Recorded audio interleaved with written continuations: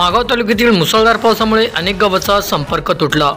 मागाव तालुक्यातील काल दिनांक 1 ऑक्टोबर रोजी झालेल्या मुसळधार पावसामुळे धनोडा, खडका, उटी, बुडाणा, भाम, काळीटेंबी, कासारबेळ, हिवरा, आनंदवाडी अशा अनेक गावांचा संपर्क तुटला आहे।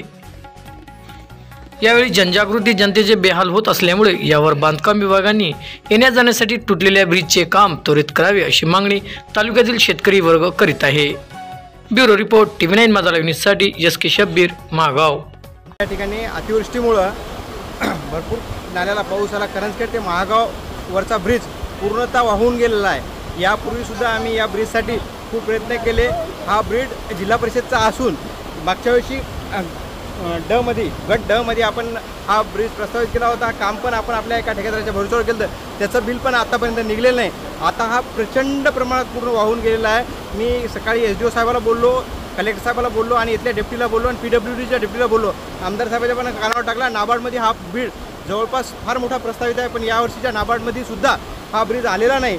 आता या ठिकाणी 20 ते 25 गावं या ठिकाणी अवलंबून आहेत। करंजखेड जुने हे तर आमचं रेड झोनमध्ये आहे। जर त्या गावावर व्यवस्था परिस्थिती खराब जर झाली तर प्रशासनाला जाण्या येण्याला हाच एक रस्ता आहे।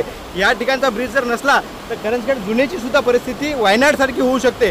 त्यामुळे प्रशासनानं या ठिकाणी दखल घेऊन हे लवकरात लवकर हा ब्रिज नाबार्डमध्ये 2 ते 3 कोटीचा ब्रिज आम्हाला आवश्यक आहे। त्याच्यामुळं बाकी गावाला मागच्या वर्षी आनंदवाडीला अशी परिस्थिती झाली होती, फक्त हाच एक रस्ता सगळ्या गावाला जोडू शकतो।